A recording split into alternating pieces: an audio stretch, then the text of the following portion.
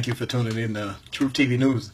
I saw this the other day, and I saw it on Facebook. I had to actually say something about it because it's just an amazing video. Because there are a number of people who say that the vacuum of space can be endured by the human body. And this proves that they cannot do it. Although this video was probably made as a way to show what NASA has done with due diligence to make sure that the astronauts are safe. This video actually proves just the opposite by showing what actually happens to astronauts as they enter into the vacuum of space, if there's such a thing as space being a vacuum. Now, what happens really in this video is that the man's space suit fails, and immediately he is put in danger of losing his life. Not only does he do that, but his tongue, he says, the water on his tongue begins to boil, and even his blood begins to boil because whenever we approach a vacuum environment, a vacuum environment causes water to boil, and this is something that most scientists know, but the average person doesn't know, and so it just kind of defies the logic, of many people when it comes down to did people really go to space? Because it's illogical that people could actually be that high up in atmosphere where there is no air and then still be alive. So this here shows and demonstrates what really happens when a person is put in a vacuum chamber. And that's just... But the ultimate and most dangerous test was a huge, specially constructed vacuum chamber. They were able to pull all the air out to create a big vacuum, just like it would be on the moon. That way we could test our suits to make sure there was no leakage. One such test narrowly avoided disaster.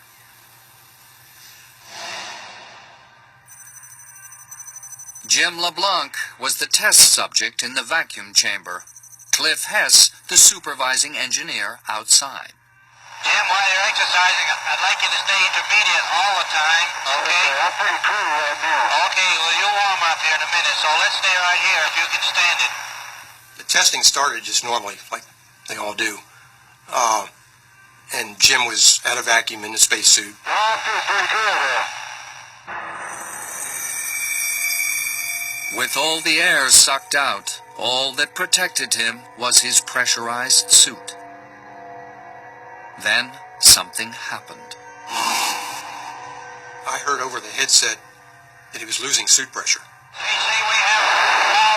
The tube pressurizing his suit had become disconnected. He was in serious danger. There really wasn't any feeling. It was just happening so fast, trying to get the chamber back to a safe pressure and Jim to a safe pressure was inside the suit. As I stumbled backwards, I could feel the saliva on my tongue starting to bubble just before I went unconscious. And that's kind of the last thing I remember. Essentially, he had no pressure on the outside of his body, and that's a very unusual case to get, and there's very little in the medical literature as to what happens when you have that. There's a lot of conjecture, that your fluids will boil. Within 25 seconds, a co-worker, sitting in a partially pressurized antechamber and wearing an oxygen mask, was able to dash in. At the normal rate of repressurization, it would have taken 30 minutes to make the chamber safe.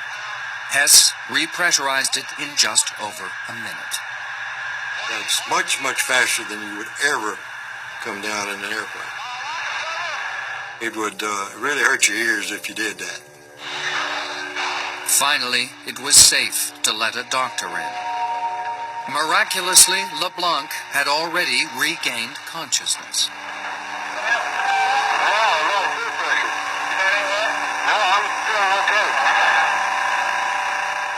When I stood up in the chamber, I felt fine. My ears ached a little bit from the course of rapid repressurization, and That's basically the only effect I had. You know, this was one of the few instances where anybody was ever exposed to that low of a pressure and lived to tell about it with no obvious damage. Such an accident in space would have been fatal. But thanks to testing like this, no astronaut has ever had to face a similar situation. Well, you can see that when pressure is put against the suit of the pressure of a vacuum, the suit failed, and the reason it failed is because a vacuum abhors, or air actually abhors a vacuum.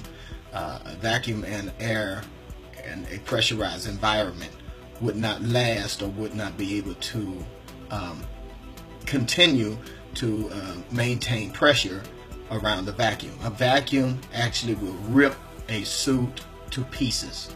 So you tell me, how did NASA solve that problem? And I can tell you right now that they never solved it.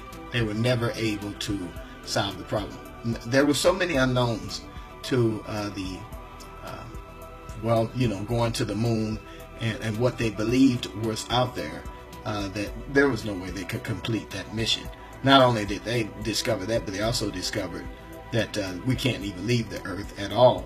But just all of the things that they had to go through in order to come to the conclusion that this Earth is our home, and God made it that way where we cannot go anywhere.